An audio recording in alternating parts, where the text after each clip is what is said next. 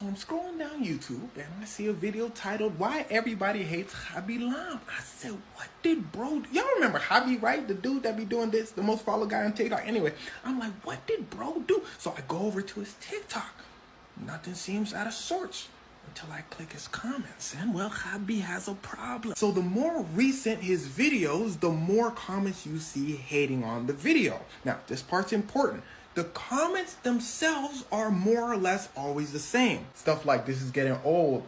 Put the fries in the bag, bro. I didn't know what that meant until someone said that under my video." And then someone defended me. And then the person came back saying, "Yeah, he's pretty funny. I'm just talking."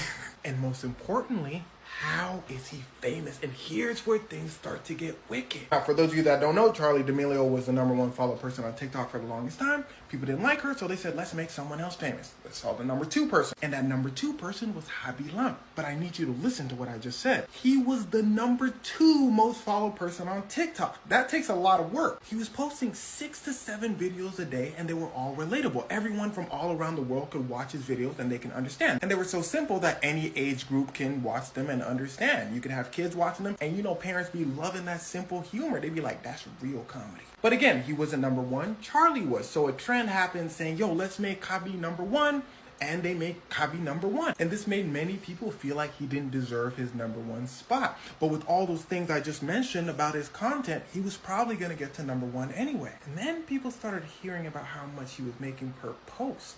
About $1 million. People said, Hobby, he said. They said, you making too much money, he said.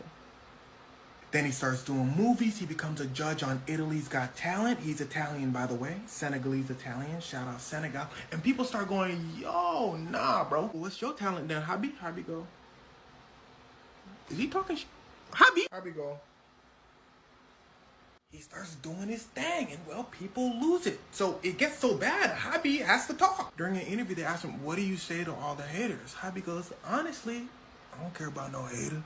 I'm trying to do movies for real. Like, I don't care about that little TikTok shit. He didn't say that about TikTok. I just got carried away. But anyway, he starts doing movies and he really stops posting on TikTok as much. But when he does post, you start seeing comments hating. And that hate is really starting to build steam. Because at this point, it's kind of like a trend. Like I told you, the comments you see on his videos are similar. People see that the hate is getting popular, so they keep commenting what they saw on the last video, more and more and more, and yeah. And something I found kind of interesting is it's mostly his American audience that's saying comments like this. You know how we be in America. And people from elsewhere all over the world are just saying how much they love his videos. But since he didn't really do anything crazy, I'm sure this whole thing will just blow over.